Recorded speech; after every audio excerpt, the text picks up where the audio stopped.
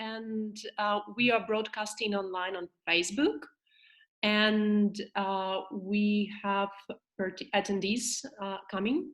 So I think we can start.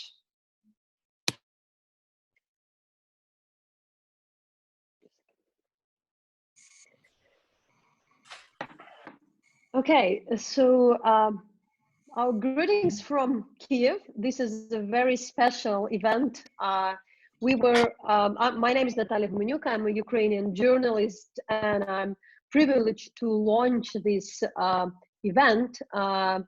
This is the unusual start of Zero Corruption Conference. At these days, all the people who are supposed to come to Kiev, and we should be at the incredibly innovative conference uniting the fight of the corruption, searching for the solution for future, and also visiting Chernobyl, because today is the 34th anniversary of the tragedy. Kiev at this day looks unusual for us because it's probably as empty as it was 34 years. It wasn't empty 34 years ago, but it was empty in early March 1986, and now we found that our event should be postponed because, of course, due to the COVID-19 global pandemics.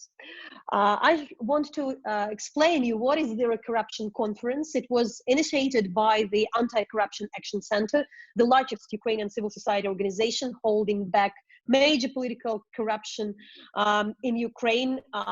And this conference is organized in partnership with the leading expert and think tanks from Europe and the United States.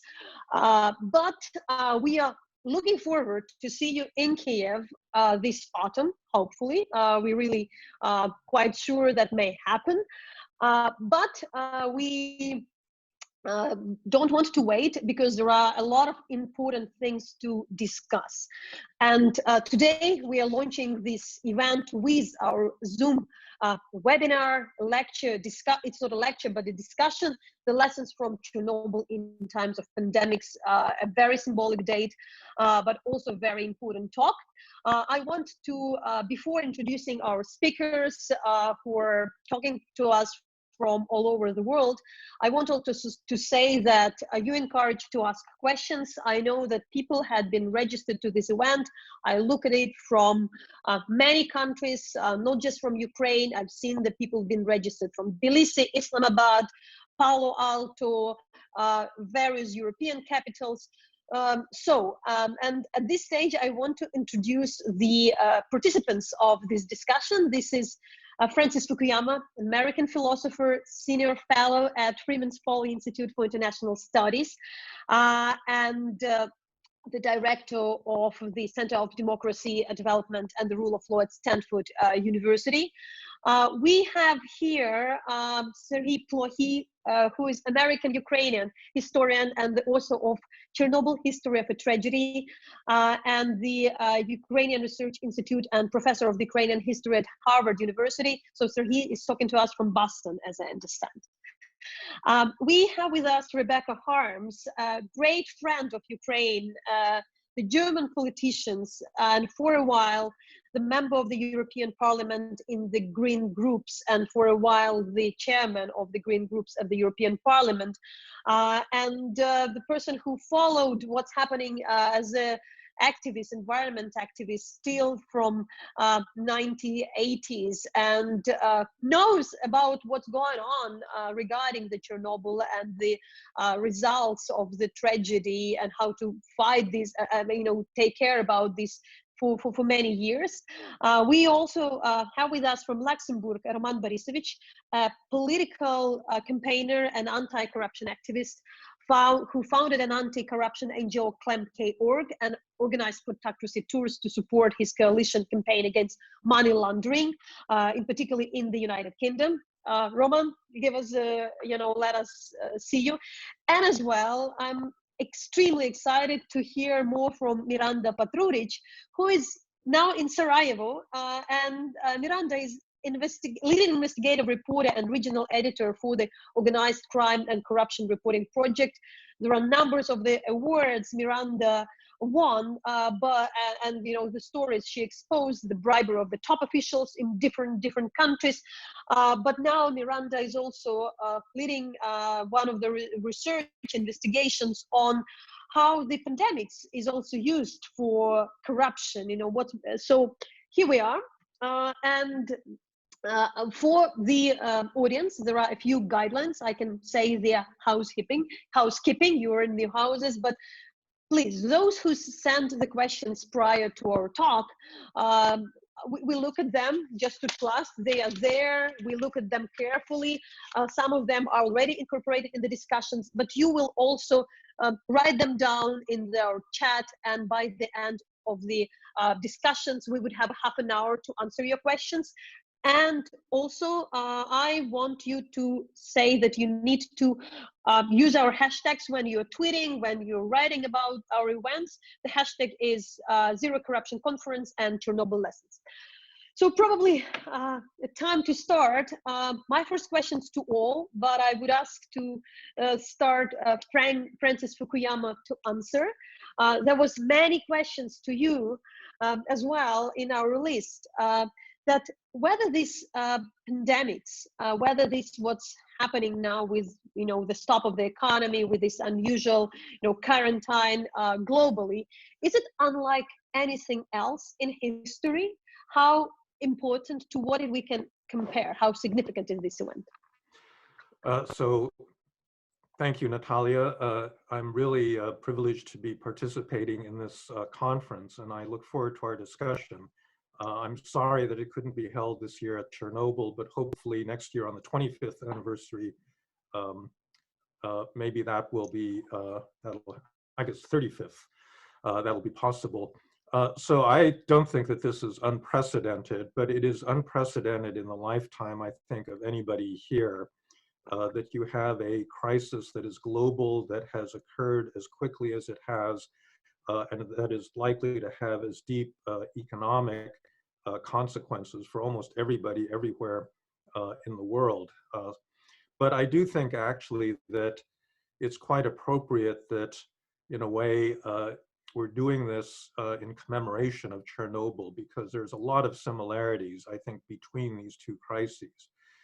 They are in certain ways both products of modern technology. Obviously the virus is not modern, but the transmission through a globalized system of international travel and trade is something that's been brought about by the technological conditions of our age. I think the national threat that it suddenly presents is extremely similar, and I think that the response of different kinds of governments to it are also very similar, because one of the big differences that's emerging between national responses to the crisis are those governments that have tried to cover up what has been happening, that have suppressed information, and basically look to their short-term interests, versus governments that were transparent and open and took advice from the appropriate experts and then designed public policy responses around that. And so in that respect, I think we're actually seeing a replay of Chernobyl, where we're discovering actually which governments are capable and which are not. So I would probably ask everybody to refer, but Serhii, as a historian, so is it as anything else in the history, also as for you, also as an expert of the histories in this region where I'm physically in? Well, I certainly agree with Francis that in terms of the economic impact on the world as a whole, our traveling, again, our conference that is now happening on Zoom format is one of the examples of that. So our life really changed in a major way that it wasn't changed maybe in the last 100 years.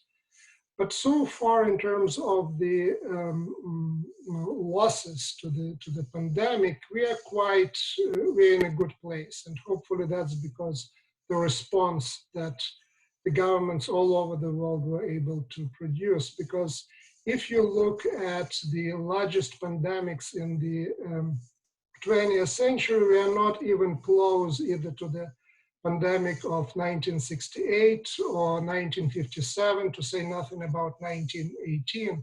So in the case of 1957, that was the mildest. The number of people who died was anywhere between 1 and 2 million. We are not there yet, and again, I think partially that's because of the response that the world produces to the new pandemic.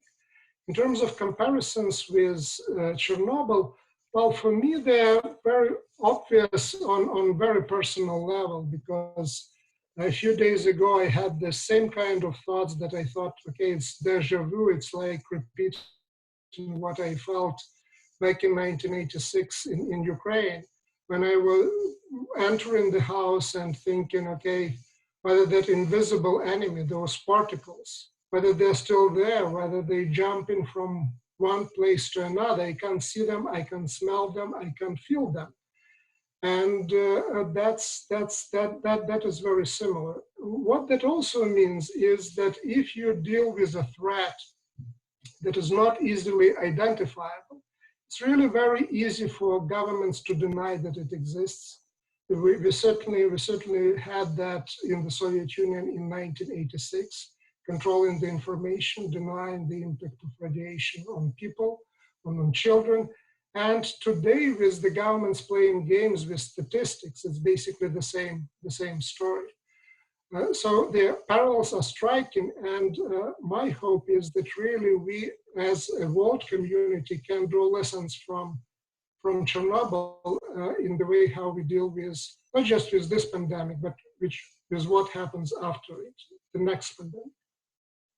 And that probably would go to Rebecca.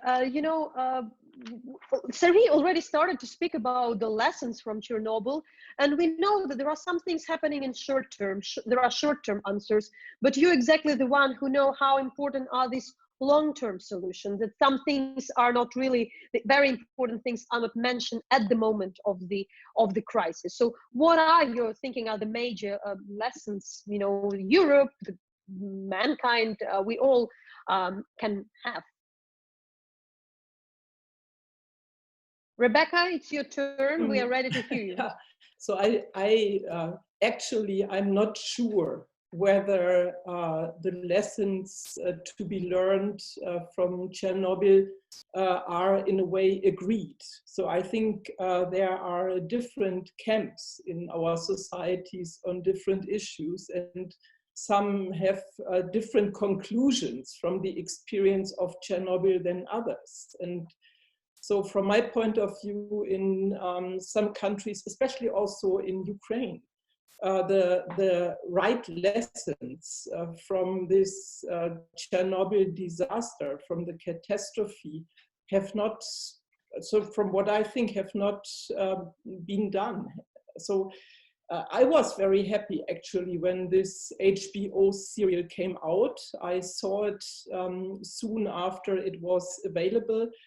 And I immediately understood that this serial could be a tool to make the next generation in Ukraine understand what really happened and how this event in the past has still a grip on today and on the future. And so Natalia, that I hope very much that Ukraine at a certain moment will be able to set up a strategic plan for the energy sector, focusing on not only more independence from Russia, but also on sustainable, climate-friendly and low-risk ideas and technologies. And for me, this would be still the lesson to be drawn from Chernobyl. I would refer to Roman and Miranda, because and I'm speaking now again more about the pandemics, but I know that Roman, you've been in Moscow, you've been young, you've been in school, when there was the tragedy, so your memories are still there. I'm speaking about the Chernobyl tragedy. But for you, as the people who are dealing with the corruption, we will go on more about this topic, of course, later, because, it's so connected to the healthcare, to environment, to everything. But what are your also concerns? Now, at the moment of the pandemics, what do you think are really the things which happened and which won't be like they were maybe 3-4 months ago, or it's more or less the same in your field? Probably Roman or Miranda. Oh, Roman already starting. Yeah.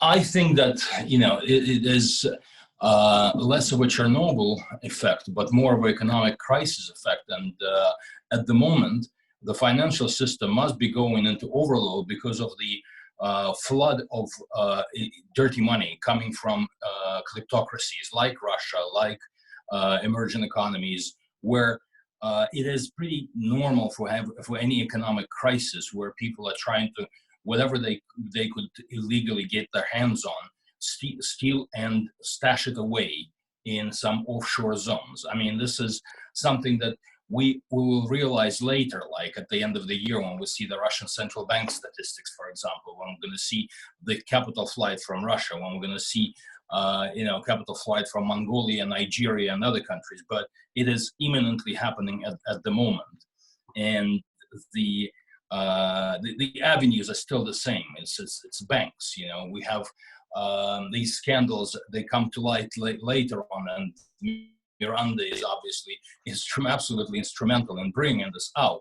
But it was Deutsche before, it was Danske after that, and now some other bank is channeling the money from Ukraine, from Russia. Everyone is trying to shift the money, into the safety zone of hard currencies and offshore exotic tax havens. So that is a result, unfortunately, a result of economic crisis for such as COVID. So Miranda, what are you thinking now, apart from what are you working on? So what I'm thinking of, actually, in my country, there was a news how people are trying to build dams illegally in our country, and basically using the situation where people are not allowed to go out and protest and gather to do, environmentally damaging things that otherwise they wouldn't be allowed or they would be stopped. But also what I'm thinking is, the crisis is a perfect opportunity for profiteering. I was, very young when Chernobyl happened, and I don't remember it, but I have been, I've survived the war in Bosnia. And, looking back at war in Bosnia, you only years later realize how much, different groups profiteered from the war and situation we were all in. And we are already seeing that in, my colleagues across Europe and also in Africa and, in Central Asia, they're all investigating what's going on with COVID supplies. And, they're realizing that organized crime groups are getting involved and supplying them to the government. They're realizing that people who are politically connected are providing supplies from the government, and of course an overpriced way. So they're basically making profit. So for us, it's not so much what we are able to see now, because a lot of records is not available, and we can't get all the information. But after the crisis passed, we will be seeing a lot about the profiteering that took place during these months. So the next, more or less a general question is also to everybody, so please intervene, let me know and discuss it. But it was in my mind, but I would read the lesson from Melissa Hooper, who is from Human Rights First. She said, COVID-19 provides great opportunities for leaders to grab power, exploit financial policy for corrupt purposes. What are some policy strategies we can use to combat this? But also, for instance, the Taras Timochko from the American Council for International Education says, do you see pandemic crisis as an incentive for political authoritarian regime installment across in the warriors developing countries, also in Ukraine? But I've read a numbers of the questions, and of course they are in my mind as well. There is a discussion in the society whether the authoritarian governments, we can discuss China as well, are answering the large crisis more efficiently than the democracies. I think the authoritarian regimes try to also explain that their answer is more solid than the chaotic democratic. But I want to see, do you see this threat, to what extent it can change our thinking about the democratic and authoritarian response? But I probably would ask Francis start, because Francis, you recently just read an article that you kind of explained that it's not that easy. It's not just simply this binary answer, democratic or authoritarian. But I want you all also give you thoughts and provide, also about your region, about our region, about the global situation. Francis, word to you. Yeah, thank you. So I actually don't think that there's a strong correlation between the effective response and whether you're a democracy or an authoritarian government, because you see good and bad examples on both sides. So for example, among democracies, I think that South Korea, Taiwan, Germany have all been pretty effective compared to their neighbors in controlling the epidemic, and they're all good democracies. On the other hand, Britain, the United States, Brazil, you have a lot of democracies, or Spain and Italy for that matter, have had very poor records and much worse than their authoritarian counterparts. I think that really what matters is, democracy is important, because if you don't have basic freedom of speech and a press that's independent, you're not going to know about what's going on in your society. So I think that's a pretty obvious point. But really what I think makes the difference is two things, which is first, state capacity. South Korea had a response already in January. They had testing, they had adequate tests, they had a system of tracing contacts, and they were prepared way before most other countries to do this. And then secondly, you have to have a leadership that knows what it's doing and is able to make the right choices. And unfortunately, in the United States, I think we had probably the worst possible president, you could have imagined to be the person in charge at the time of this, national emergency, who spent 2 months denying that the crisis was even a crisis. And so I think it's that combination of, good capacity plus a leadership that's willing to listen to expert advice, and the trust that people have, citizens have in that leadership, that allows them to comply with very difficult requests like staying at home or stopping travel or stopping meetings, that sort of thing. I think that really is the explanation for why some did better and some did worse. So Rebecca, maybe you also would refer, because European answer is also very, very different. We have Hungary, where democracy is almost killed, I would dare to say, but also somebody at the beginning, there was quite a critical discussion about whether Brussels do enough. So what are our concerns about democratic, and whether this would be used by the authoritarianism in our time? So allow me to combine this answer a bit with the parallel I'm thinking about, so concerning COVID-19 and Chernobyl, because what I remember about these days late in April in '86 was the lack of information. So we in the West were woken up by Swedish nuclear engineers who detected first the high level of radiation. And from that moment on, so all people concerned about nuclear issues started to think about what's going on, what is happening, and where is it happening. And it took a while before we had the necessary information, because you know better than I, so all Ukrainians know probably better than I do, that Kiev and Moscow were very hesitant what to publish when and towards whom. So compared to that situation, we could follow the development in China around COVID-19 live on television, via the social media. We are able to look in every part of the world in so real time. And what strikes me until today is how much time it needed also for the European member states and the European Union to get ready for the pandemic to reach Europe. So what's the real failure for me is that for a while, obviously, everybody thought this COVID-19 is a problem of China.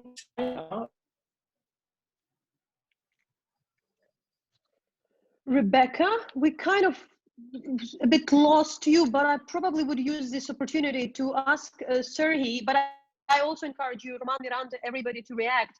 Serhii, I've just watched your discussion with Craig Mazin, with the director of the series Chernobyl, and one of your last questions were whether you can hide anything in 2020.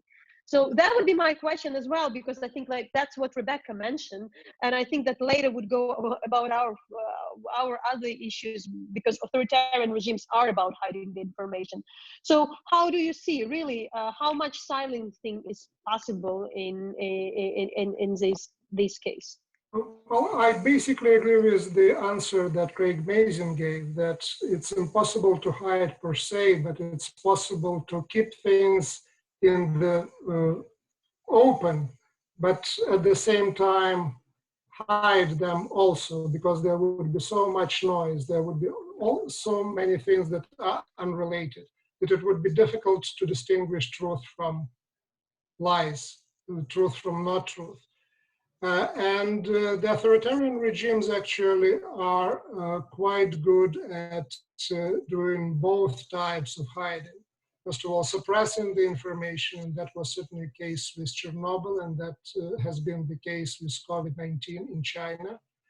And also then trying to control the narrative by spinning things.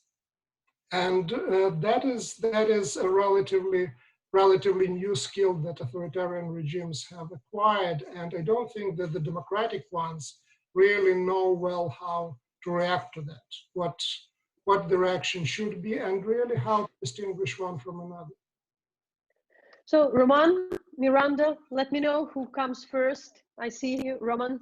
Yeah, can you hear me? Yes. Yes, we do. I guess, you know, the answer is kind of twofold. I think the authoritarian regimes definitely can hide and misinform the global community better than democracies. There's no question about it. And in the same fashion as the Soviet Union lied and withheld information about Chernobyl in the first days of after the catastrophe, we realize now that the Chinese government has been withholding information on the scale of the disaster in Wuhan. But, you know, I don't think there is any empirical evidence that the authoritarian regimes can handle the situation, the aftermath of the epidemics, like pandemics like this, better than democracies. In fact, a priori, it should be vice versa. You know, in these countries, the healthcare is obviously pillaged by kleptocrats and by the bureaucrats who are, you know, taking the money out of the system and enriching themselves. So a priori, they're worse in a worse position to handle the healthcare issues of a pandemic. But still the question is, I think, very relevant in a way that I would like to pose this question to all the participants here, is whether the authoritarian regimes should be penalized, whether it should be sanctioned for doing what, for example, China did. I reread the last part of Serhii's book yesterday, and you know, I was interested in seeing what was the reaction of the world community. I mean, there were boycotts of events, there were boycotts of shipments and goods, but the world never responded with any serious international sanctions slapped on the USSR. Now it's being suggested by, for example, a large UK think tank, conservative think tank, the Henry Jackson Society, that China should be penalized by imposing fines up to $6 trillion. whether it's possible or not, whether it's practical, it's a different story. But what does the panel think about, should the countries like China and Russia be penalized? I really want you to all answer, and that really could be very interesting thoughts, because it's true that I've also reread this part of the Serhii's book, that in times when the big country and basic, such a very powerful country, you need somehow the cooperation. In the 1986, the West needed to cooperate with Soviet Union in order to know at least part of the truth. So there was some kind of, discussion that, okay, you say this, but we won't fully punish you. Now also, Francis, maybe it's also for you the question, we also hear in the US political discussion, there is a discussion about, doing something with China, but also we understand that at this moment, the world needs to cooperation. And I think it's all the hard issue. I think like for Europe, it's a big, always Brussels, a huge issue, how you deal with, these great big countries when you need to cooperation. So Francis, maybe you may start, but I want everybody somehow respond to that. Thanks to Roman for bringing it. Well, I don't think that sanctioning China is really the way to go, because first of all, given how big and powerful it is, you're never going to get anybody to agree to, to do that internationally. And I think the larger problem is that there are a lot of people at fault for making this pandemic happen. It's not just the Chinese. I mean, a lot of decisions were made in very many countries that were very bad. I mean, the Italians did not respond nearly quickly enough when they saw evidence of this happening. So do you sanction them as well? And like I said, I don't think that the blame simply falls on a single country. However, I do think that it's very important to get some transparency after the fact as to what actually happened. And I think, Roman is right. There's a lot of evidence that China really was covering up information at the time. It's possible that that's continuing now. And so I think a more useful focus of these efforts is to actually get China to be, open right in the present, because that will actually give us information that will help, other countries, understand the pandemic and its sources and come up with better responses. Who will get into this? Let me know. Serhii. Yes, well, I think it's a great question, and I also believe that it's good that it is being raised.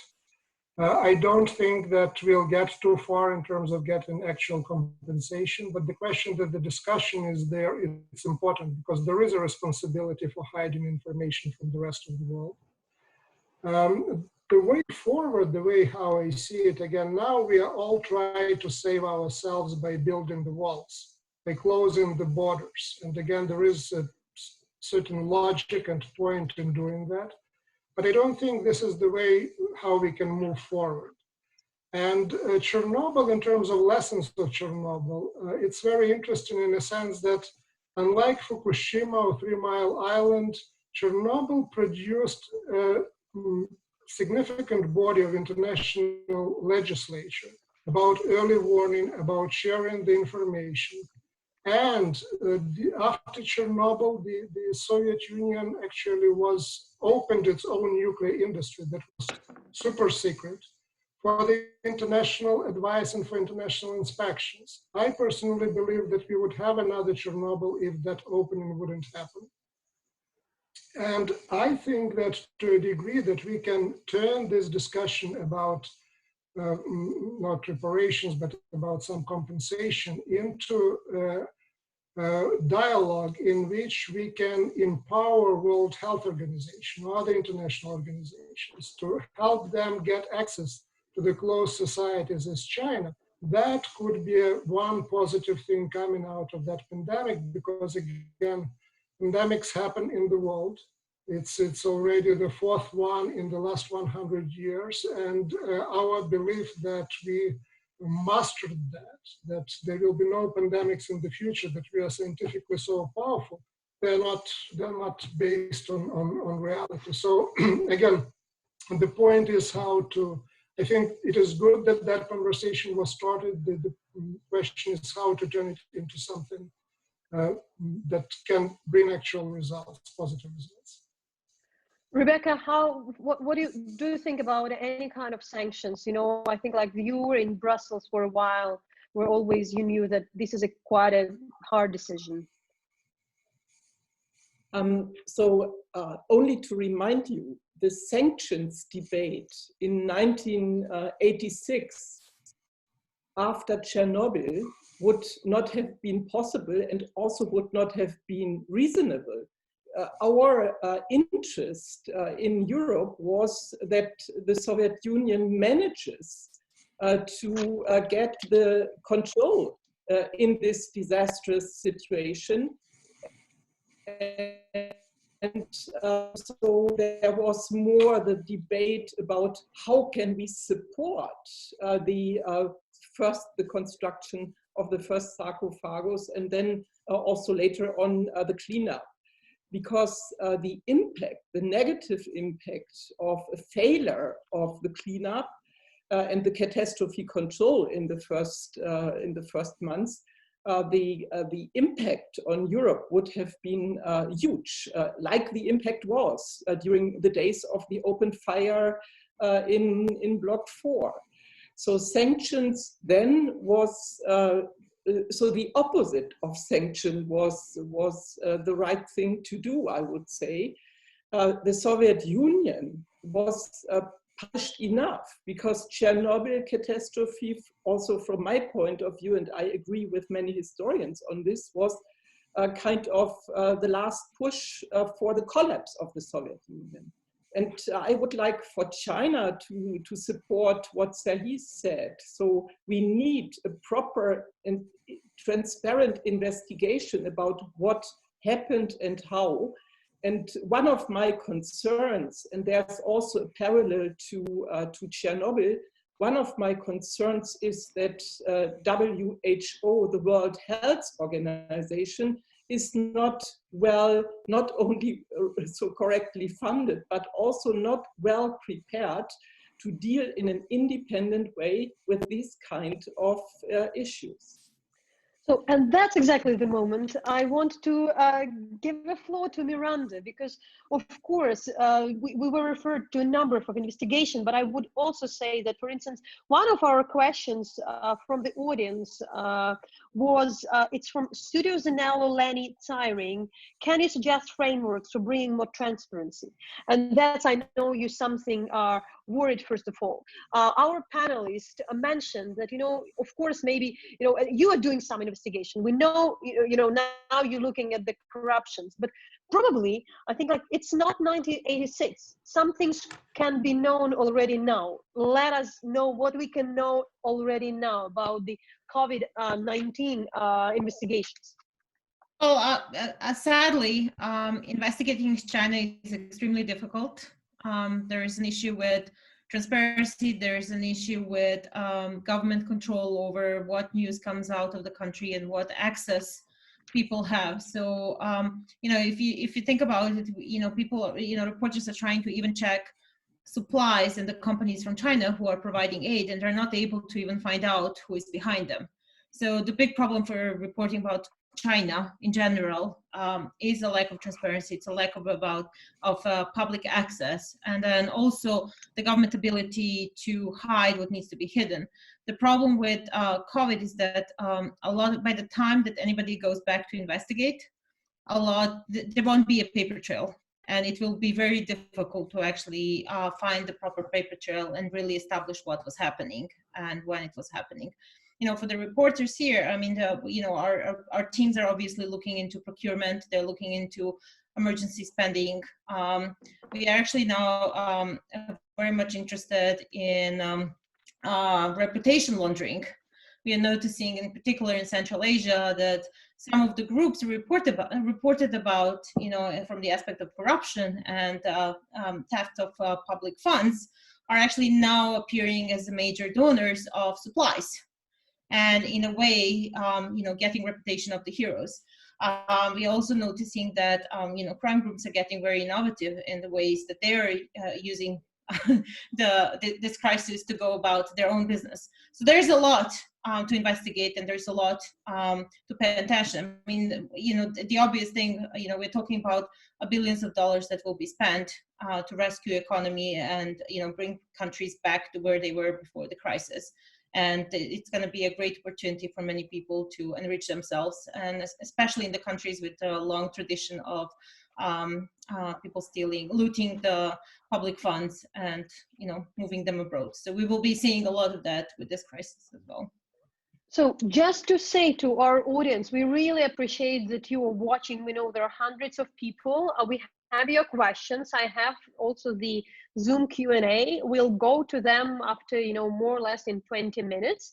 But what I want to, remind you that though we're speaking at this particular day of the Chernobyl anniversary, that was the day to launch the Zero Corruption Conference.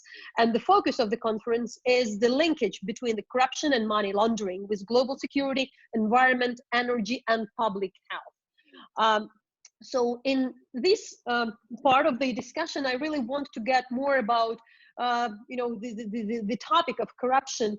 But probably again, we'll start with Frank. We'll be happy to hear all your different thoughts, because we see that some people are, especially in the developing countries, they are very much often accuse corruption as the main problem. At the same time, we also understand that sometimes it's just very bad, poor governance. And when the democratic government can't deliver something, sometimes because of the corruption, sometimes because it's inefficient and it's working, that is the reason why the people would prefer to have authoritarian government. So how do you see, before we really get into the different discussions about corruption in healthcare, every region, in every country, there are different problems with that, but how do you see that, especially looking, for instance, you have a lot of your students from the Soviet world, a lot of your students from developing countries, you're teaching the cases from the countries which are probably not the Danish democracy, but what are your concerns, and what are the things also for the governments, how to handle this kind of crisis, if also like to stop corruption, but also to be efficient? Well, that's a big question. I think that there's a couple of different answers. Ultimately, state capacity is a matter of people. It's a matter of having adequately educated and trained people running the government. I think ideally in a kind of impersonal bureaucracy where people have a sense of public interest that they put above their personal interests. And a lot of that is really a kind of, set of moral norms that in many countries is ingested as part of people's professional educations, right? So building that kind of basic state capacity, I think, is important. But there's a separate political issue, because it's not just the lack of capacity, it's also that there are many people that actually benefit from the weaknesses of the state, the lack of transparency that we've been discussing, and so forth. We actually just got done writing, a couple of cases about the healthcare sector in Ukraine, where that was obviously a weakness that was exploited by quite a few people that could profit over hiking prices for medicines, and so forth. And in order to fix that category of problem, it's essentially political, because usually these actors are very powerful. They're in ministries, or they're politicians, or they're in parliament, or in an authoritarian country, they're actually running the country itself. And unless you have a way of generating adequate political power to get them out of power, you're fundamentally not going to be able to deal with corruption. And so that's why I think that in very many places, the long-term solution to that second set of issues, the entrenched actors that benefit from a corrupt system, requires basic political skills of mobilization. You've got to get people that don't want this. I mean, civil society groups like ANTAC have to provide information to motivate people. You need political parties. You need, you know, a coalition of political forces that ultimately will bring about the kind of political revolution that is, I think, the long-term only solution to this. I just would say that, Francis, I haven't asked directly this question, but also the fact like how to ensure the efficient leadership in the time of pandemics was the question from Oksana Lesik, who works with the Minister of Infrastructure of Ukraine. So there are Ukrainian officials and civil servants who are concerned about that. But I see also, I probably would ask Serhii and then later all others to respond. What are your concerns also for, you know, your native country? I misuse my position as the, you know, Kiev-based co-host for these international discussions, but to say, what are your concerns for the country like Ukraine, for our country, in particular if we speak about, you know, knowing that our healthcare system is bleeding from corruption for decades? Well, recently we had Chernobyl fires, right? And one of the reasons why they were there, because for years and decades, the fire breaks that were supposed to be there were not there. And again, the big question whether it's lack of capacity or it is corruption. And Ukraine, again, it seems to me has to deal with both issues. Ukraine is good at maybe changing, if not political elites, then governments.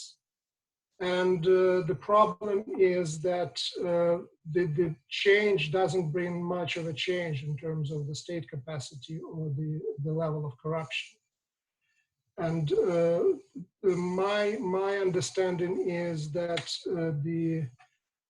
what Ukraine needs really, it needs a political system in which parties are about ideology, parties about a particular program and vision that they're prepared to offer, as opposed to parties that are organized around people who are known because of show business, because they're outstanding people in the world of sport, and so on and so forth. It's easier said than done, because at the end it's the Ukrainian electorate that elects those particular people and those political parties. So I don't see, unfortunately, any quick fix.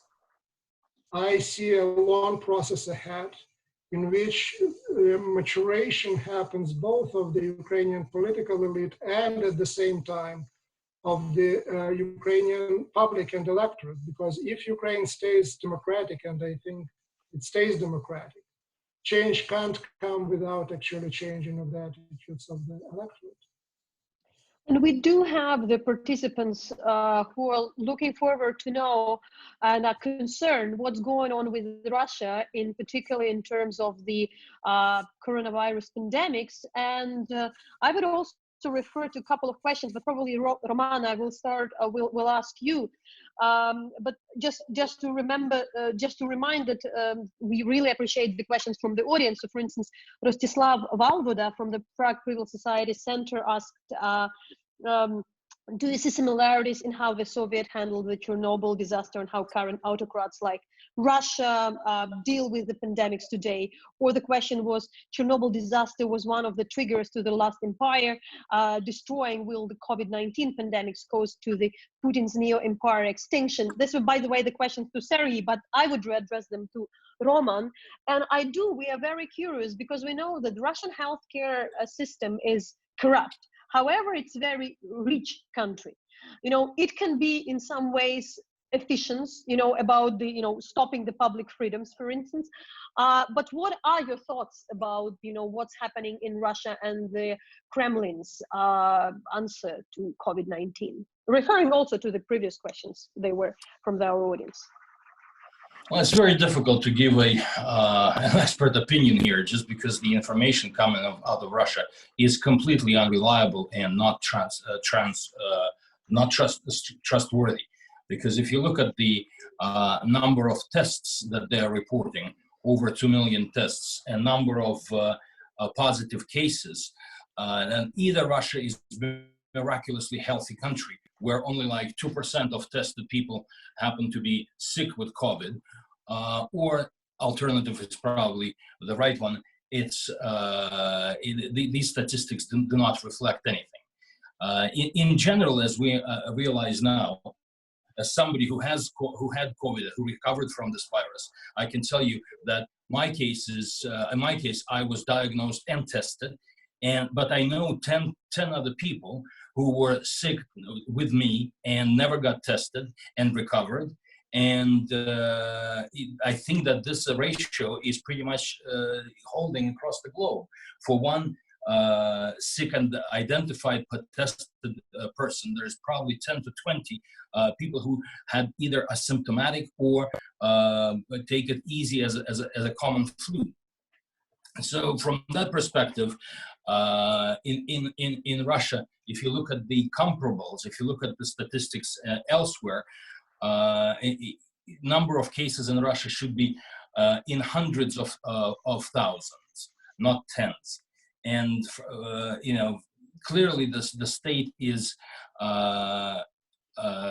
hiding the real statistics. The healthcare system, as you just said yourself, it's bled completely and is incapable of catering, of coping with that. Moscow probably to some extent can. In the regions, there are just no resources, period. Therefore, people are diverted, not tested. Cases are not purposely misdiagnosed. People are dying from all different reasons. COVID is not mentioned on any death certificate. So it is very difficult to assess the real situation in Russia. You can only extrapolate from neighboring countries or regions. And from that perspective, I completely agree with Francis that, you know, it needs a popular support. The population itself should be tired of corruption, of healthcare system being completely pillaged by the bureaucrats, and they should require, through democratic processes, improvements in the leadership, in the system. Without that, it is impossible to influence the situation. Francis or Serhii, you know, I know you're a historian. Historians are not always don't always like to ask guess the future, but still often there are a lot of questions to you. What would be the future of Russia, for instance, after the pandemics? How do you see? I see you're smiling, but I understand why these questions are coming.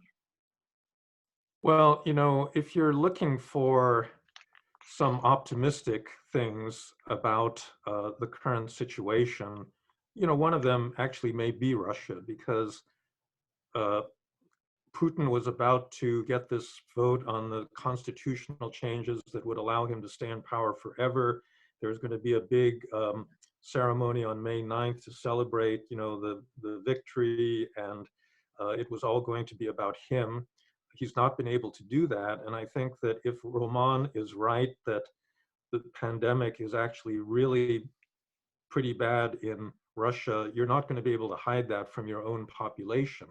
And so this is one thing that, you know, it seems to me potentially could weaken his legitimacy. It was dropping even before this crisis. And we don't know what's going on, but I wouldn't discount the fact that this may, you know, have some long-term consequences in his political ability to survive. But I'd be interested in hearing Serhii. Serhii, switch on your sound, yeah? I have difficulty predicting history. But one thing that we certainly know from Chernobyl is that mishandling major catastrophes like that, mishandling information about them, can really cost authoritarian regime dearly. And again, that was mobilization around Chernobyl, it was already mentioned, was one of the very important factors leading eventually to the disintegration of the Soviet Union. But at the end of the day, that doesn't depend just on the scope of the disaster. That depends also on the how strong or not strong the authoritarian regime is. And at least at this point, I don't see any major change coming in Russia as a result of this pandemic.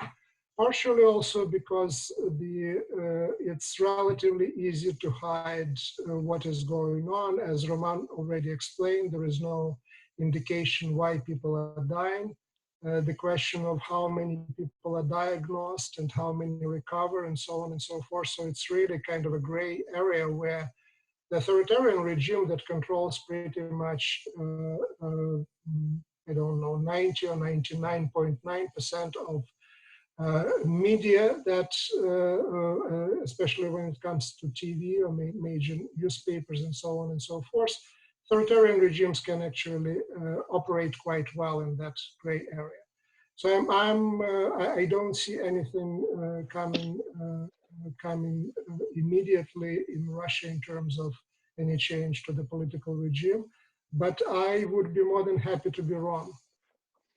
And I think I want to use this privilege to have Miranda with us in this panel. And, you know, like it's often the places like Russia are discussed more often in these kind of panels. But I'm very curious, let us all know how the Balkans, what is the view from the Balkans? How are you looking at your political situation, at your, relation with the European Union, with your, political leaders? Actually, the situation is quite interesting here in the Balkans. So we have Serbia on one end, which is absolutely behaving like a dictatorship. So they're introducing a 4-day curfew where nobody's allowed to go out. And it's incredibly to watch that president is just making this random decision. One day it's this decision, next day it's this decision, but it's centered across limiting the freedoms of the people. And then on the other end, you have, Croatia, which is acting like other European countries. It's very reasonable, very accountable. There's lots of explanation, a lot of information that are being provided to the people. And then my country, because it is divided by 2 entities, so one entity is actually acting like Serbia, and they're also introducing curfews and stuff like that.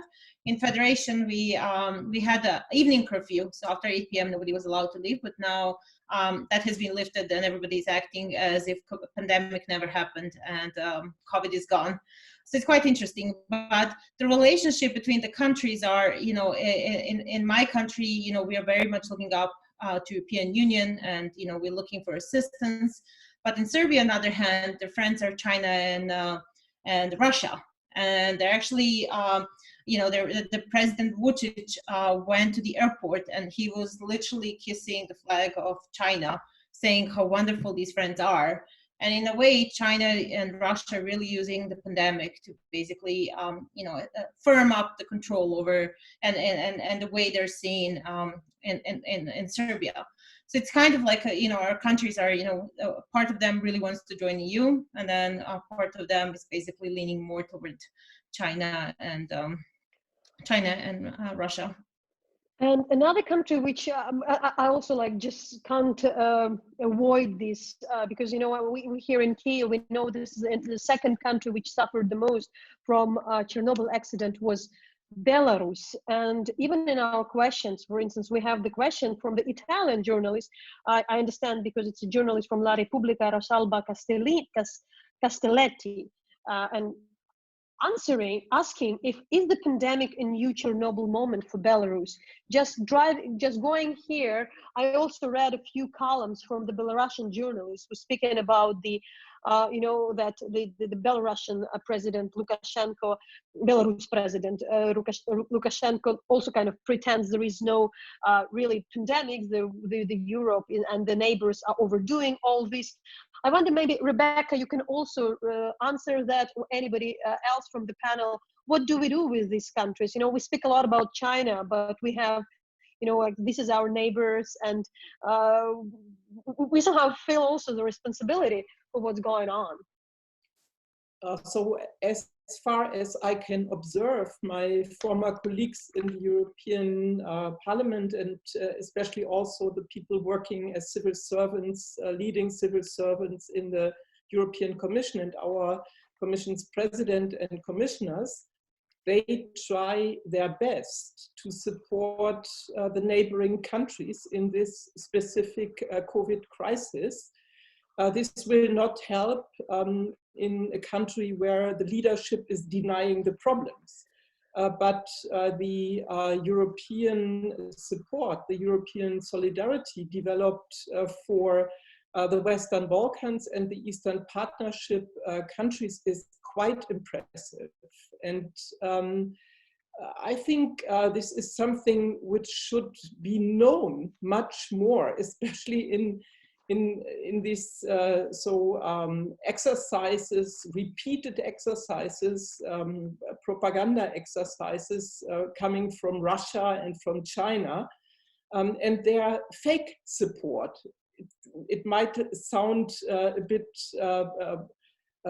too strong to say fake support, but if I read the news about so-called Chinese humanitarian aid for Italy or the Balkans or Eastern Partnership countries, saying that the masks arriving from China, partly even really paid and not as a gift, they are not fulfilling the international norms, whereas the European Union is very generous in the support on all levels. And I think this propaganda issue should not suffer from not making known what the European Union is doing.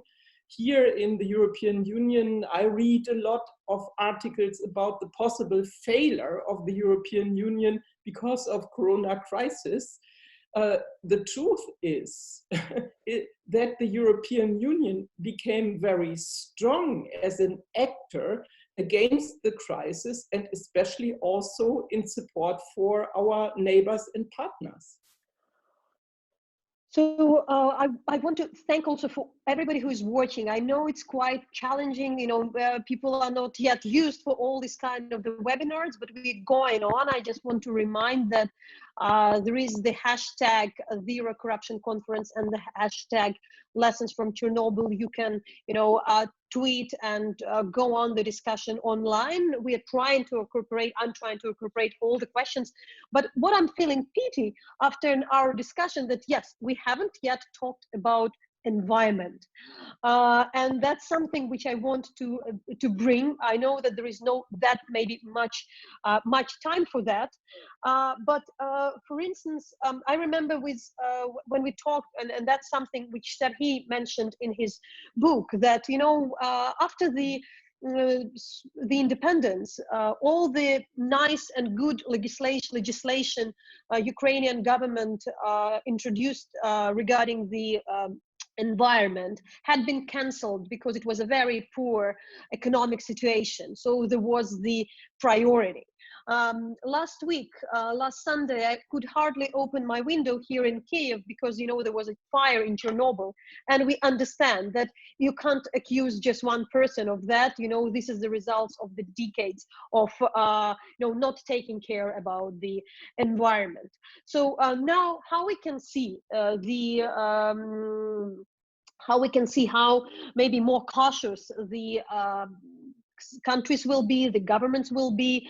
There was a question from Yulia Melnik from 350.org to Francis Fukuyama. What do you think about the Green New Deal? Could it be suitable for, for Ukraine as the way of development and consolidation? So somehow the environment is still not the most popular topics. I think the COVID-19 will make us focus more. At the same time, there are the economic issues, and my concern is that in many countries, when there would be lack of funds, again, environment will be something which will suffer. So what are the environmental lessons from Chernobyl? What things still should be maintained, and how we also think about this in terms of the the long-term solution from after the COVID-19?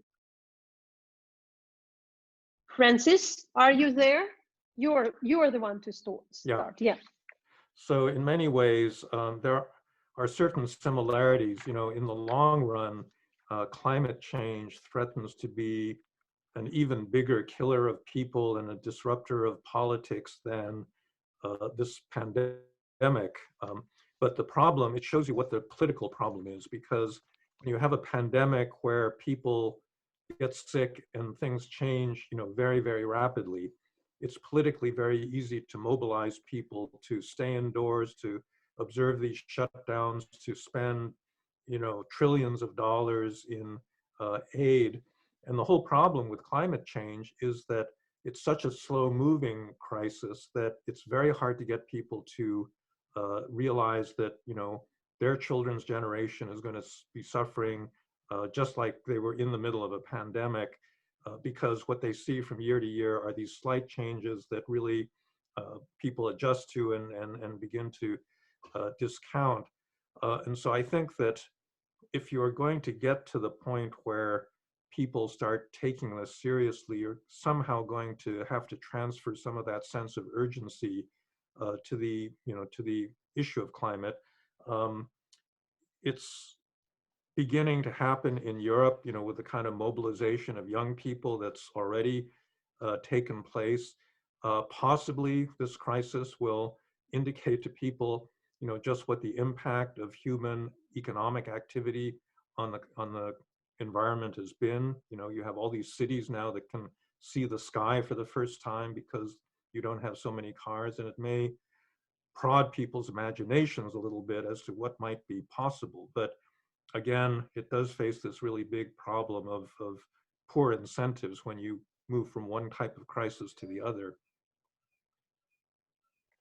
So, Rebecca, I also want to hear you at these terms, because you are this person who is very much pushing the environmental issue here in Ukraine. You need to switch on your sound, unmute yourself, and then we will hear you. Yeah. So with sound and with better connection, as far as I see, fingers crossed. So I wished I could push more for sustainable development in Ukraine and also in other Eastern Partnership countries, but so it's difficult to understand that progress has a different shape if it's discussed today, and it's very difficult that to understand that, for example, in the energy sector, small is really beautiful and decentralized is much better than centralized technology. But I see a certain chance, not because of COVID-19, but because of the readiness of the European Union to really focus on the Green New Deal and to combine the economic recovery plans after COVID-19 with the needs of sustainable development, more sustainable development, and what they call the European Green Deal. I think I think it will be necessary for us as environmentalists to not forget in this very moment about the social needs. So after COVID-19 and with the decisions on the recovery plans, we have to bring in this Green New Deal.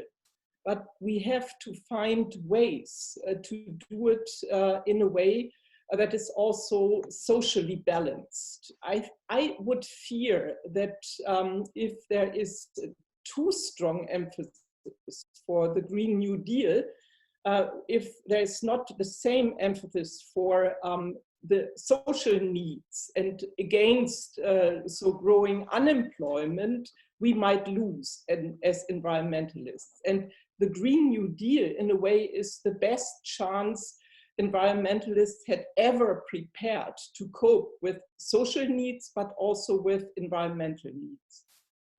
So I just want, before, I want you all still, tackle this issue, but I want to make an announcement for our participants at Zoom. So be ready. There are a few questions we see, the great questions we have. It's not like we can't be able to answer all of them, but many of them are similar. So I would just pick up those which are different. But be ready that after this set of answers, if you want to pronounce your questions, I would name your name and you can log in. You can do it with the video, or you can do it just with sound if you want. If not, I will read these questions. But maybe before going to that, so that's why I want to prepare that our audience is prepared to have our discussion more interactive. Maybe to finalize our round of the discussions, still, if to summarize it, what are the things you are the most concerned in this time of the pandemics, and what are the things which makes you hopeful? Who can start? Miranda. Obviously, for me, who come from Bosnia, which is a country which is not that economically strong, my biggest concern is obviously our ability of our health system to survive the pandemic and make sure as many people get treated. But what I'm hopeful about is that I think people are much more aware about the corruption and how looting the public resources damages our ability to fight. Basically, how because of so much corruption, our health system is not at the level it should be.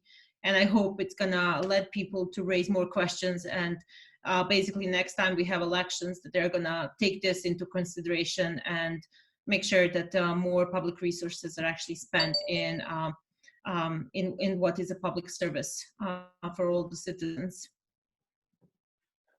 So I want to, unless anybody wants to, again, give this, it's not yet final remark, but I want to see whether we can switch on to the Oktay Kaymak. It's I assume it's our participant.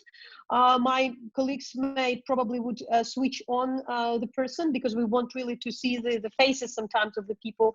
It's way harder than to be in the audience. So I'm looking whether we can give a floor to the Oktay Kaymak. He was one of the first.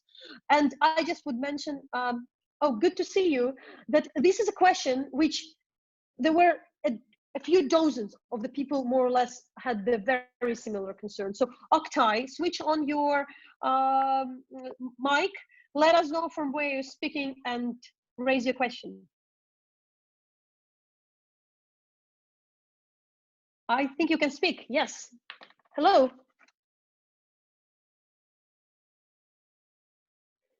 Hi. We are still trying. So I think that this, unfortunately, I think like the person was ready, but we want to have this a bit of moment of interaction rather than I would again read it. So you're ready to speak. If you're ready to speak, so you can start. Yes, we hear you.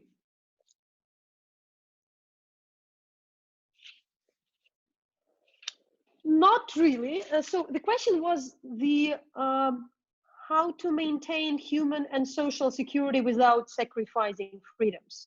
What is the role of a democratic states also in the region where authoritarianism regains its appeal? I think there were the bunch of the very, very similar questions to this. For instance, how to maintain our ethics at this moment. I won't remember who was the for instance, there was a question from the quite a similar question from the Gleb Bakalov from Ukrener, who said, like, in the times of crisis, people focus on survival and tend to cut corners and achieve results by all means. How to ensure ethics and integrity are not forgotten. So maybe you would answer. It's difficult. It's maybe philosophical, but we have philosophers and historians here.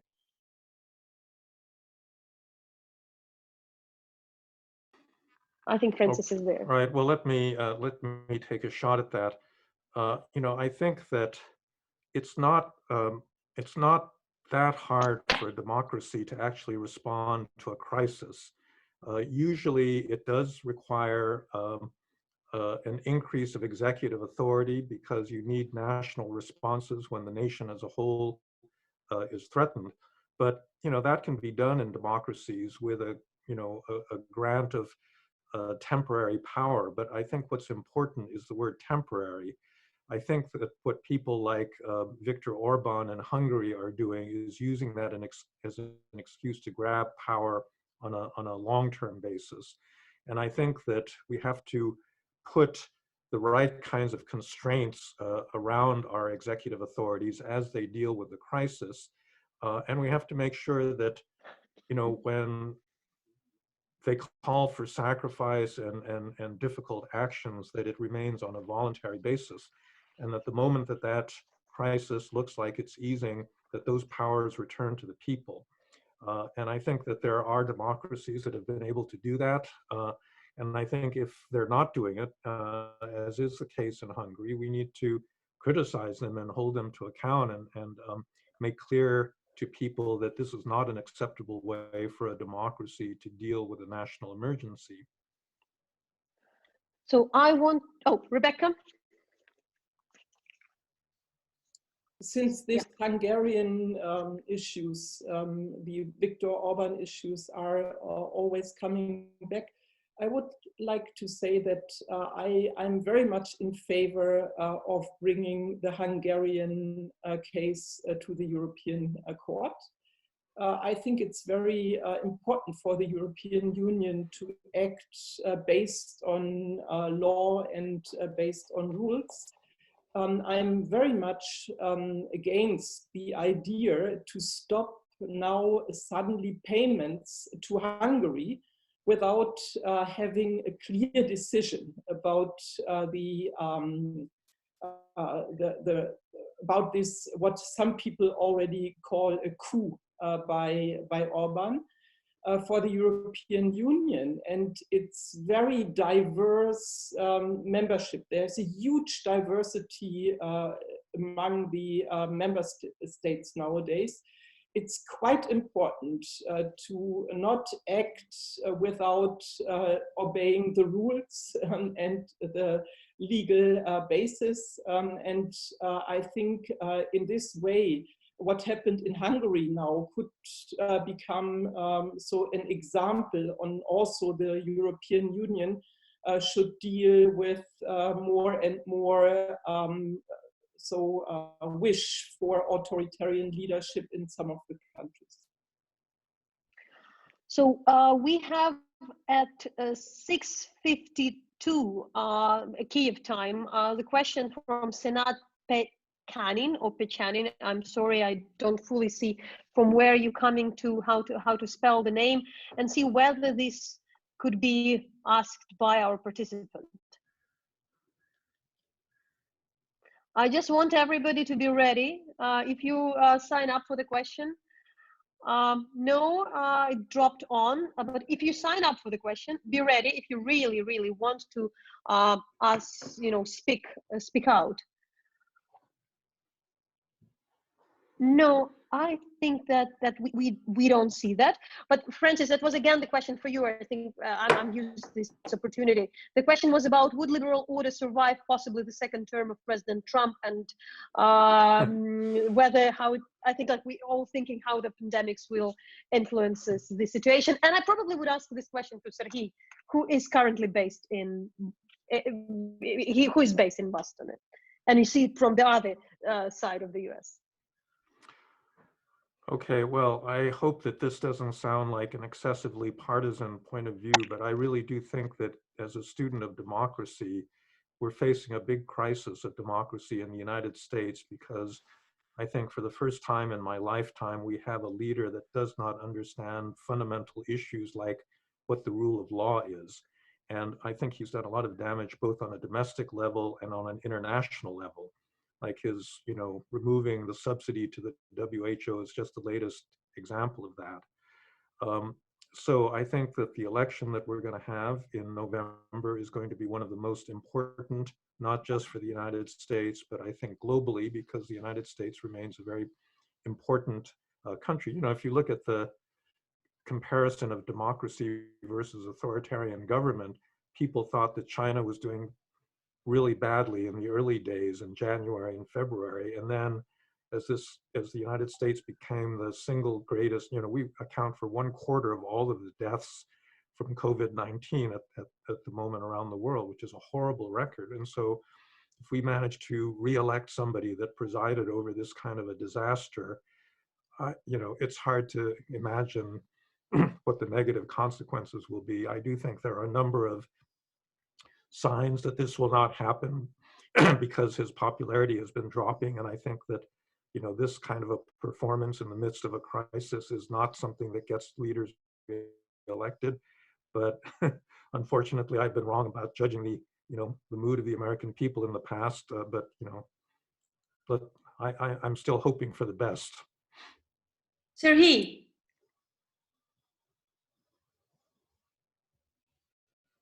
Which one? Yes, sound, yeah. Yes. Oh, sorry.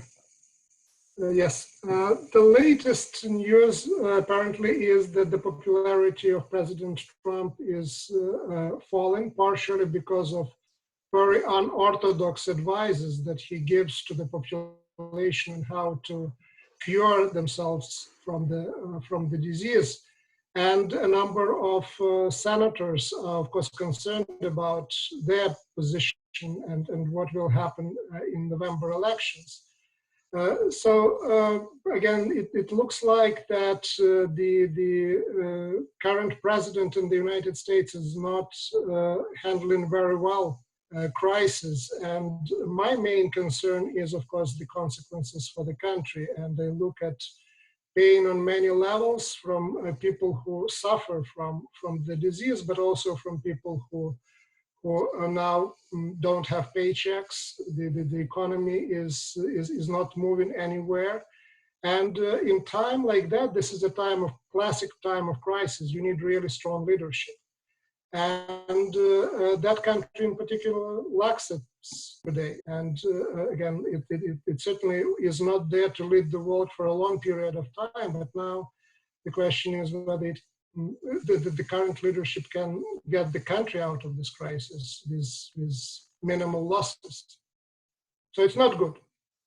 So we have the number of questions, and we know that these participants is really raising the hand virtually. This is Daniel from Romania, who has a few questions who has a question to Miranda, to Rebecca.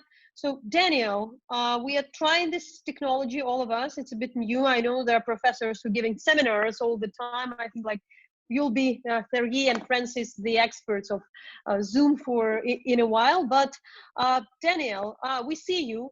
So, so are you talking from Budapest? Let us know from where are you, and please, word for you. We're happy to unite all at this panel. Hello everyone. Close enough. I'm talking from Chisinau, actually, the capital of Moldavia. I have a question which is addressed directly to Francis, but all the other panelists can join in. And the question is, will the world's countries move to a more social democratic type of ruling regimes after this pandemic? Because from what we can see, when the tsunami strikes or the coronavirus strikes or any other major event, the state is the one doing the heavy lifting, the only one which is not asking for insurance cards and everything. Because, for example, we had an example in Eastern Europe, in Romania, where private hospitals shut their doors in front of COVID-19 patients and sent them over to the state. So I'm actually curious if this whole capitalistic, very private-oriented regimes are going to be more oriented towards social democracy. Okay.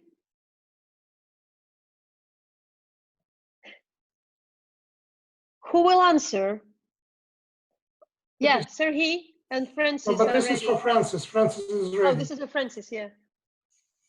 Yeah, okay, so I think that a rational response would be to actually move in this social democratic direction, because I think this kind of period of neoliberalism that we've been under for the last 30, 40 years has proven, inadequate. It's weakened state structures and shifted the emphasis to the private sector in a way that is really inadequate to meet the needs of, the world living under COVID.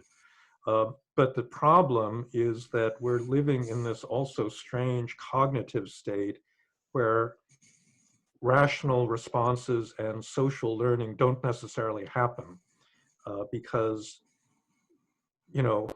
demagogic politicians are able to spin events in very different ways, and people end up believing in conspiracy theories and, anti-elite ideas that elites are really working behind their backs to undermine the democratic publics and so forth. And so it really depends on the way that we actually interpret the things that have been happening to us. And I would say that, with the rise of the internet and social media, our cognitive abilities have really been scrambled. And that's my greatest fear going into the future, that we won't be able to draw the appropriate lessons, even though I think rationally we should move in the direction that you suggested.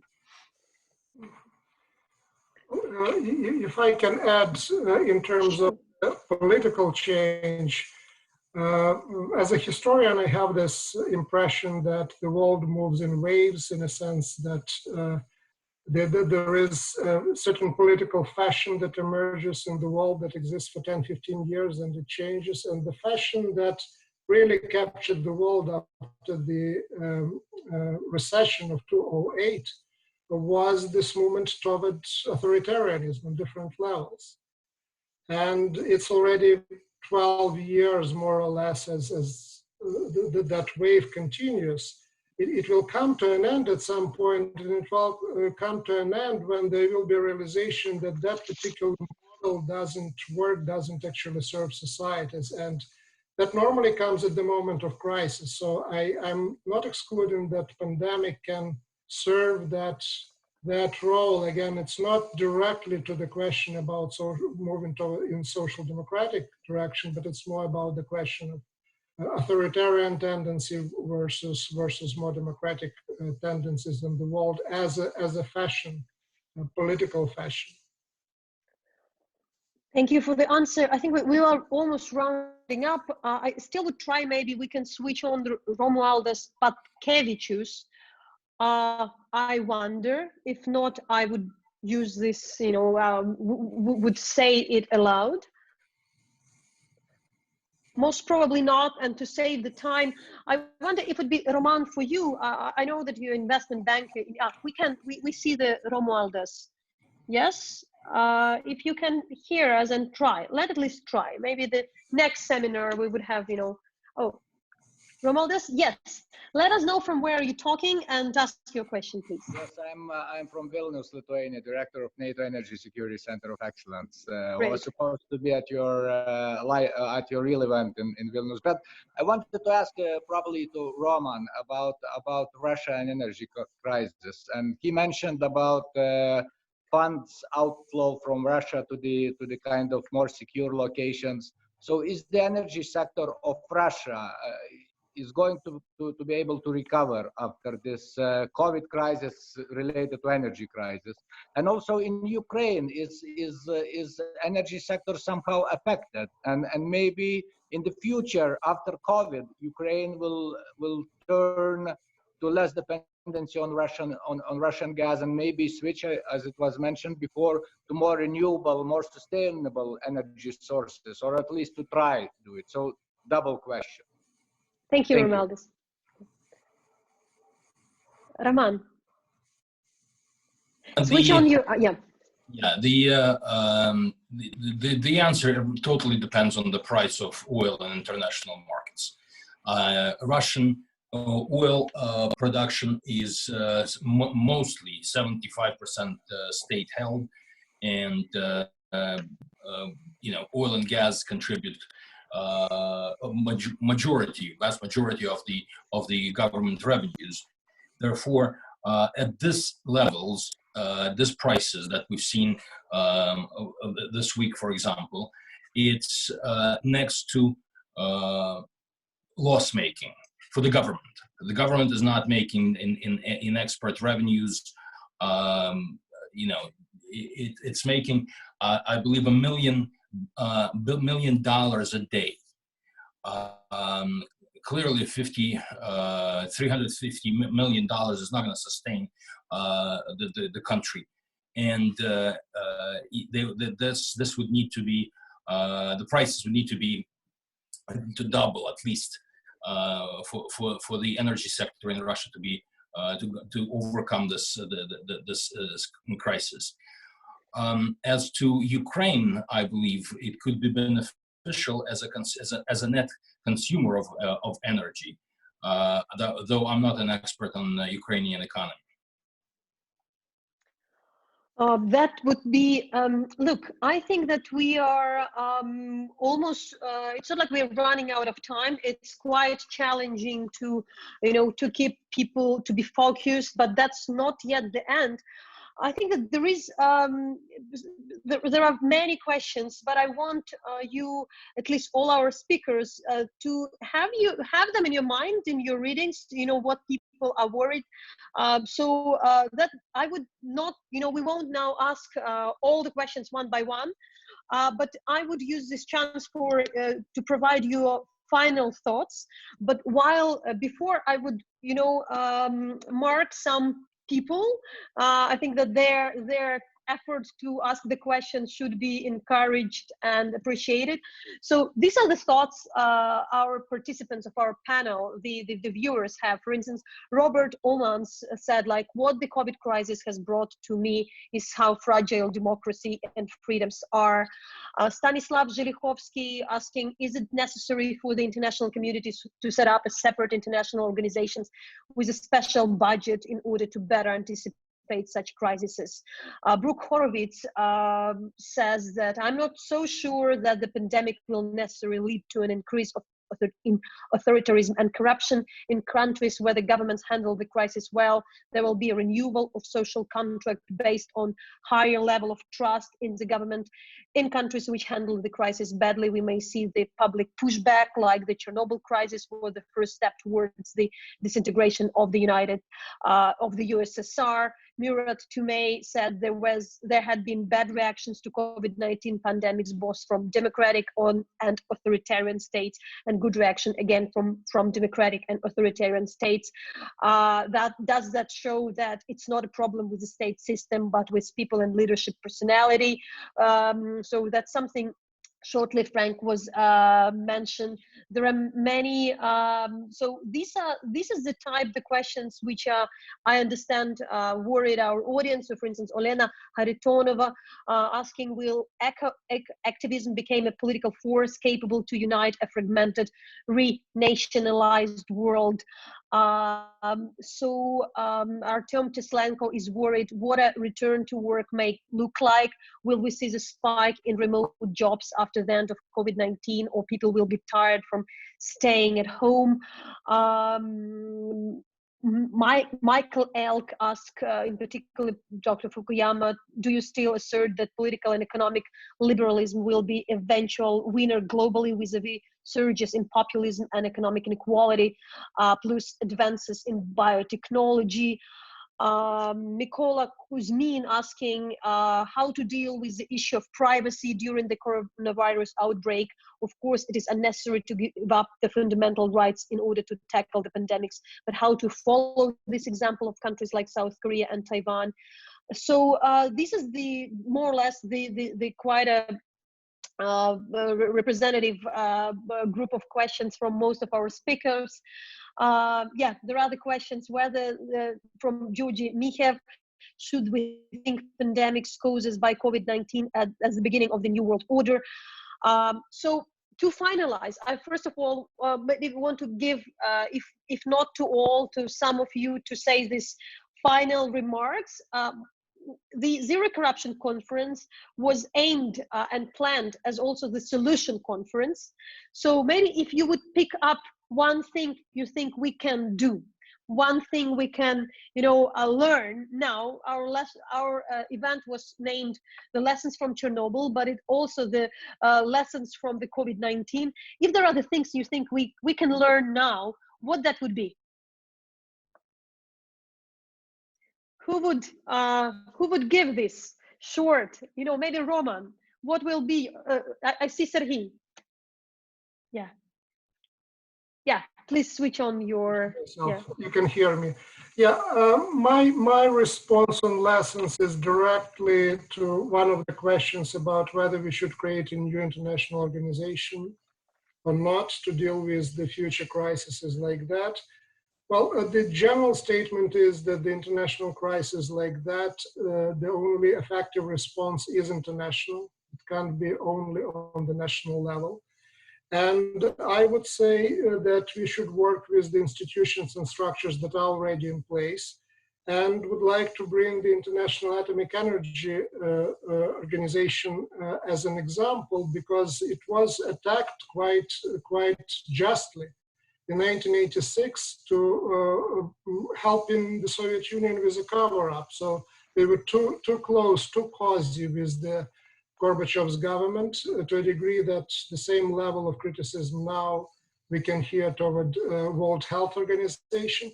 But eventually they turned things around and they opened the Eastern Europe and the Soviet Union for introduction of elements of safety culture in the nuclear industry. And I think that that's where the efforts should go the moment we open our borders. So strengthening international institutions that are already there and try to reform them and make less dependent on the money coming from one particular source, either from the United States of America or from China or somewhere else. Roman, do you see, what are the things you think we can already use? What are the solutions we can use already? Well, it's very difficult to predict. I mean, it's clear that, as Yogi Berra used to say, the future ain't to what it used to be. What exactly is going to be? I agree with Serhii that one is very obvious, that WHO needs to be reformed and needs to be strengthened, needs to be beefed up. Its role, instead of cutting funding, countries really should contribute more and make sure that we have an international crisis center that is capable of handling pandemics, or at least being more proactive in handling pandemics like that, because unfortunately it's not the last one to come. And God forbid, second wave or mutation of this virus, but clearly it needs to be better organized and coordinated globally, not within one country. And for that, we need different bodies. So that's being Captain Obvious, though. Miranda, what are the solutions we're looking at? Maybe short term, that's still okay. Well, so I don't know if any of you watched the documentary series Pandemic on Netflix. I never really gave it much thought that it would be a big pandemic and never paid attention, but actually it was interesting to see here that people have been speaking for many years that there will be a next pandemic, and there was plenty scientists who were going around different parts of the world collecting samples and monitoring animals and trying to figure out, where the next pandemic will come. I think bigger problem is that we don't listen enough to the scientific community, and that we don't give them enough space, and any efforts in terms of environment are being shattered, and there are too many economic interests. So I would say, what we need to do is listen and pay attention to what those who know much better than we do are telling us, and hold authorities accountable for when they don't listen. Rebecca, I've seen, though you are in Lower Saxony, ways far away, but I've seen you were making notes to give us the final solutions to the problems we're discussing. Rebecca? Here I am. I made some notes about what other speakers said. Okay. Think about it later. I feel a bit lost in all these debates about what will be after COVID-19 and how the world will change. I have to admit that I have more hopes than an opinion, and so mainly I hope that so the democratic world finds back to its own strengths. So Trump is a real problem for what we called the West, and hopefully the reasonable Americans now decide that he should not have another term as a president. Then it might be easier for the West and the democratic world to recover, not from but maybe with COVID-19. We will see, for example, huge stimulus programs. So these social democratic ideas of how to recover will be very strong implemented even by non-social democratic governments. And what I really hope is that in the West, there will not be a vicious competition after COVID-19, but some reasonable decisions how to recover together. And again, I would like to say that in this, I hope that the ideas of Green Deal and sustainable development in the Western countries are taken hopefully very serious for the time of the big stimulus. And yeah. Thank you, Rebecca. And Francis, we're almost ending, but I think that you can give us a home task, because I think we will be back for the real conference in Kiev in autumn. We'll talk about it just in a minute, but maybe there are some things to prepare. So we give there are some solutions we can start already, to work in and to see whether we will be better prepared in half a year. Well, I would say a couple of things. I think that every country needs to invest more in its public sector to boost its capacity, particularly in the health sector, and to really be able to provide universal basic health coverage to all of its citizens without, discrimination and so forth.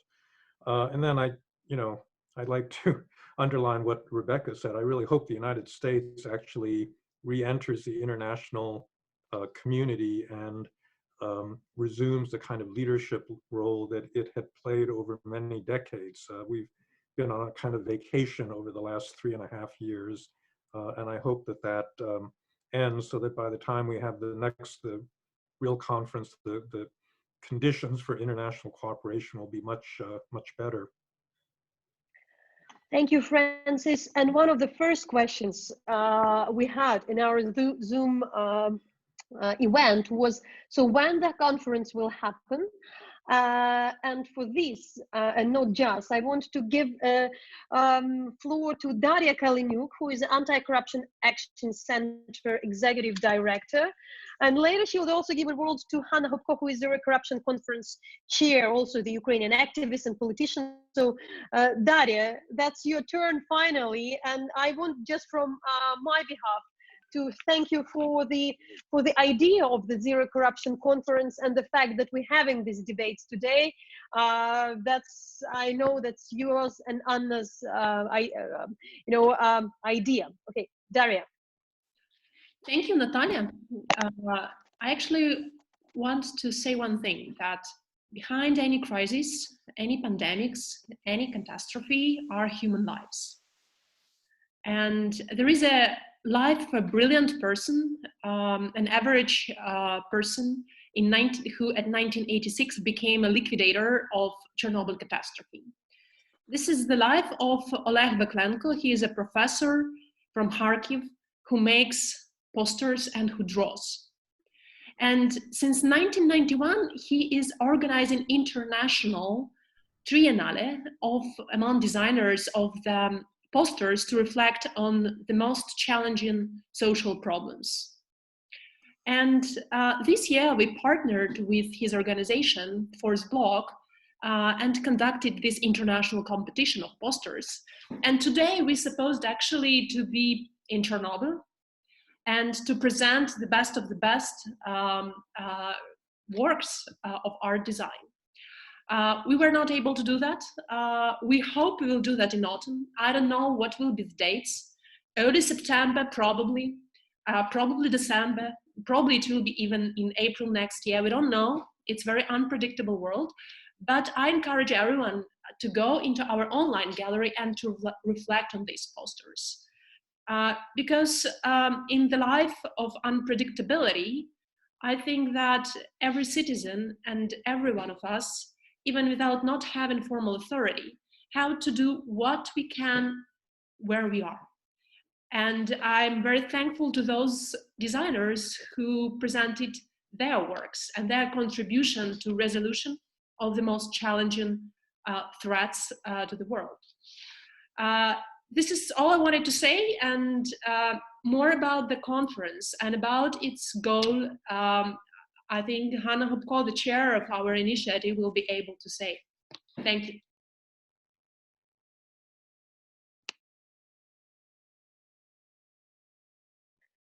Thank you, Daria. Thank you, everybody. So I do believe that this year, or I don't even want to think about the next year, but finally we will meet.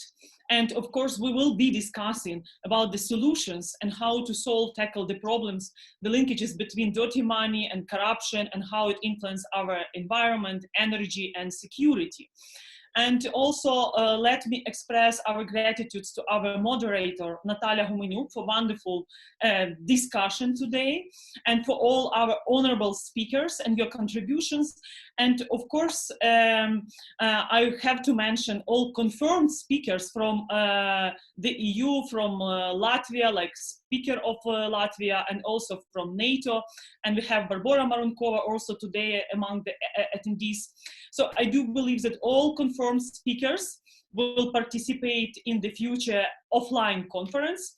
So, and we will have a good debate and then shape the agenda for the future, because the key idea, probably not too naive, but still too philosophical, the zero corruption future we are gonna to reach one day, and Ukraine is the best place to discuss this. And also today, when we are discussing about Chernobyl and pandemic, we have to remind everybody about another pandemic that Ukraine is facing already 7 years. I mean, Russian military aggression. It costed already 14,000 of lives and more than 1.7 million of IDPs, internally displaced people. And of course, it's important when today we are discussing about Chernobyl as the last push for Soviet Union collapse. So, and we have to also discuss today what could potentially become the last push for the Putinism collapse. Because successful Ukraine is really important one day for to transform Russian Federation. And this is also one of our key goals when Ukrainian civil society organizations are fighting for better future, building a strong democracy, fighting for the rule of law to have rule of law in Ukraine. So we believe that successful Ukraine could become a trigger for transformation of Russian Federation. And of course, we are analyzing what's happening now with COVID-19, and we are seeing very proactive coronavirus Russian diplomacy as an element of Russian propaganda, together with the humanitarian aid, which could be considered as a Trojan horse for Russian extending Russian influence on the democratic societies. So I think it's really important when we are talking about the solutions, having Miranda here with us. And we are now seeing how Western Balkans are integrating into the European Union. And recently, NATO received the 30th member, North Macedonia. So we do believe that with good reforms in Ukraine, one day we could also potentially become a member of NATO. And also, I think that for future debates and discussions, it's also important to form the agenda, and we already launched our website where you could see all information about 3 days of the conference, but the exact days we will inform you soon. So I think the key is the truth, and I'm optimistic about the future. And even now, if now we have crisis, the crisis is also a good opportunity to rethink our lifestyle and also to take more responsibility. And also, since we have two historians with us, and today my former colleague from Verkhovna Rada, who used to be a liquidator in May 1906, he posted his memories. And he posted one quote when he entered Chernobyl area. There was one quote, one poster: "Chernobyl nuclear power plant, named after Lenin, works for communism." So I think that it's really important to remember how many lives, the millions of lives during the totalitarian regime was killed, and not to allow authoritarian regimes in 21st centuries by hiding the truth, also to continue their hybrid aggression, to continue their propaganda and others. So strong democracies, truth, strong civil societies, access to the information, fact-checking. This is what we are fighting for with environmental activists, with another partners of the conference, like the New Europe Center, then Environmental People Law Organization, also Life Organization, and many others with the leadership of ANTAC.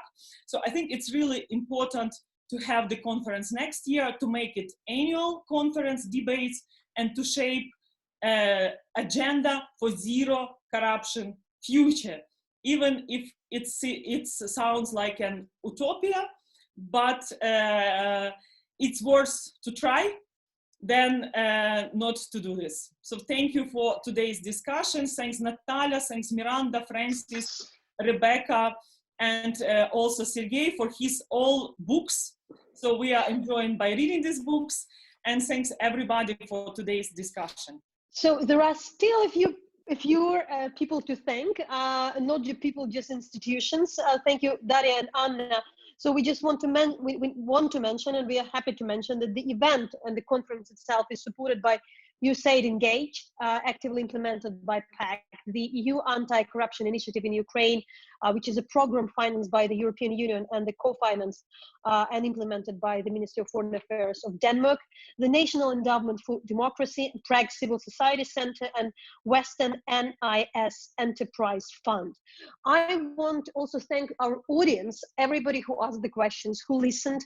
You can share the video will be available on YouTube, it's on Facebook. You can, there are tweets, so you can share and go on this discussion. I'm also sure that we're not just waiting for the conference to happen. There would be more discussion like this. And I want our speakers to smile, because we tried to make an online photo for this, like the final photo. That would be a screenshot. So I would just say that, again, incredible discussion, and thanks so much to Rebecca Harms from who is talking to us from Lower Saxonia. We just talked Hanna Hubko, who was speaking from Lviv, Miranda Patrucic, the leading investigative reporter from the OCCRP, Roman Borisovich, an anti-corruption activist, who is now talking to us from Luxembourg, an American-Ukrainian historian, Serhii, and author Serhii Plokhii, talking to us from Boston, and from California, Francis Fukuyama, the historian and American philosopher. So thank you again, talk to you. And that was also myself, Natalia Gumenyuk, a Ukrainian journalist, was privileged to run this discussion from Kyiv, Ukraine. So goodbye. We can wave to each other as if it's real. Yeah.